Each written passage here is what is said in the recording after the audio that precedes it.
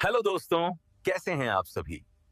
आज हम आपको मिलवाने जा रहे हैं आजकल के चर्चित और जाने माने हमारे डोगेश भाई से। नमस्ते। डोगेश भाई, कैसे हैं आप? अच्छा हूं बंदर भाई। आप कैसे हैं? मैं भी बहुत बढ़िया हूं भाई। लेकिन कुछ भी कहो डोगेश भाई, आप तो पूरे डॉग समाज के हीरो बन चुके हो। जहां देखो आपकी ही चर्चा है। यहां तक कि लोग आपको तो भगवान की पदवी दे चुके हैं। आप हमारे दर्शकों को बताइए हाँ। कि आपने ये पदवी कैसे पाई। अपनी इस सफर की कहानी हमारे दर्शकों को बताइए। क्या बात कर रहे हो भाई? क्या कभी कोई डॉग भगवान हो सकता है भला? ये तो बस मेरे नाम से पैसे कमाने का तरीका है इन लोगों का, और कुछ नहीं। लेकिन जनता तो आपको भगवान का दर्जा दे चुकी है।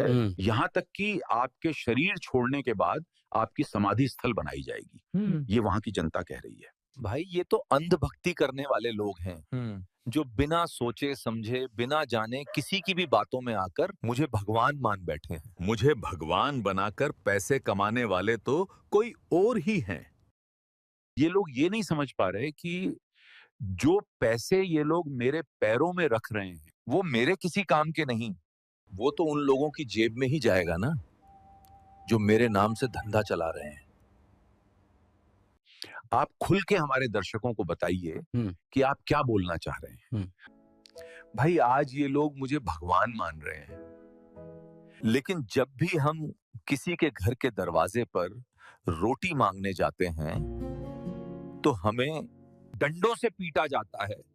ये तक कि बाजारों में भी हमें चैन से नहीं रहने देते हैं। कभी भी कोई भी पत्थर मारने को उठा देता है। अब तुम सांप भाई को ही देख लो। जैसे ही किसी आदमी को दिख जाए तो वो उसे जान से ही मार देते हैं। लेकिन जैसे ही नाग पंचमी आती है, वही सांप इनके लिए नाग देवता बन जाता है। ये तो दुनिया ऐसी ही है भाई, बोलती कुछ है और करती कुछ। तो डोगेश भाई, हमारी जनता ये जानना चाहती है कि आप हनुमान जी की मूर्ति का चक्कर क्यों लगा रहे थे? क्या बताऊं भाई, मैं तो अपने पाप कर्मों की सजा भोग रहा हूं। पाप कर्मों की सजा? भला वो कैसे? भाई, जब मैं पिछले जन्म में मनुष्य था, तो मैंने कोई दान पुण्य का काम नहीं किया। दिन भर मौज मस्ती की, शराब पी, जुआ खेला, कोई भी धर्म का काम नहीं किया। जब भी कोई मुझे समझाता कि भक्ति कर लें तो मैं उसे भगा देता था। या उसका खूब मजाक उड़ाता था। और आज जो कुछ भी मेरे साथ हो रहा है, वो इसी चीज का परिणाम है। भाई अभी ये मेरे पूजा कर रहे हैं। पहले तो मेरे साथ ये लोग बहुत बुरा करते थे। मुझे तो पत्थर से मार मार के भगाते थे। जिस कारण मेरी दिमागी हालत सही नहीं रही, जिस कारण मैं मंदिर का चक्कर काटने लगा। अरे डोगेश भाई, आपकी कहानी सुनकर दिल से बहुत बुरा लगा। लेकिन आज जो आपकी पूजा की जा रही है, उसके बारे में आपका क्या कहना है? भाई ये तो मनमाना आचरण है, जो गीता जी में मना किया है। मनमाना आचरण? हाँ भाई, मनमाना आचरण। गीता अध्याय 16 के श्लोक 23 में इसका प्रमाण है। जो पुरुष शास्त्र विधि को त्याग कर मनमाना आचरण करते हैं, उन्हें ना तो शांति मिलती है और ना ही उनका मोक्ष होता है। कबीर साहेब ने बताया है, मानुष जन्म दुर्लभ है, मिले ना बारंबार। जैसे तरुवर से पत्ता टूट गिरे, बहुर न लागे डार। सच में भाई, तो हमें मनुष्य जीवन में क्या करना चाहिए?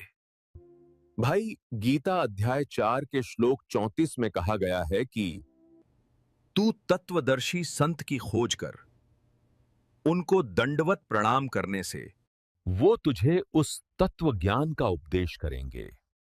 डोगेश भाई, तो हम तत्वदर्शी संत की पहचान कैसे करें? क्योंकि आजकल जो बहुत सारे धर्मगुरु हैं, वो खुद को सच्चा संत बताते हैं। भाई इसका उत्तर भी हमें गीता जी में ही मिलता है। गीता अध्याय 15 के श्लोक 1, 2 और 3 में बताया गया है, जो संत इस संसार रूपी उल्टे लटके पीपल के वृक्ष के जड़ से लेकर पत्तों तक एक एक विभाग को बता देगा, वो तत्वदर्शी संत होगा। भाई, आज तुमने तो मेरी आंखें खोल दी। दोस्तों, मैंने तो अपना मनुष्य जीवन बर्बाद कर दिया, लेकिन आप ऐसी गलती मत करना। आप अपने मनुष्य जीवन में सतभक्ति करके अपना मोक्ष करवाना। रो मत मेरे भाई, जब अगला मनुष्य जीवन मिलेगा तो सतभक्ति करके अपना कल्याण करना। दोस्तों, आज के समय में समस्त ग्रंथों का सार जानने के लिए अवश्य पढ़ें ज्ञान गंगा पुस्तक या सत्संग सुने संत रामपाल जी महाराज के शाम 7:30 बजे साधना चैनल पर या संत रामपाल जी महाराज YouTube चैनल पर। भाई, जो आपने अभी इतनी ज्ञान की बातें बताई, वो सब तो ठीक है, लेकिन आप मुझे ये बताइए कि आप हम बंदरों को क्यों भगाते हैं?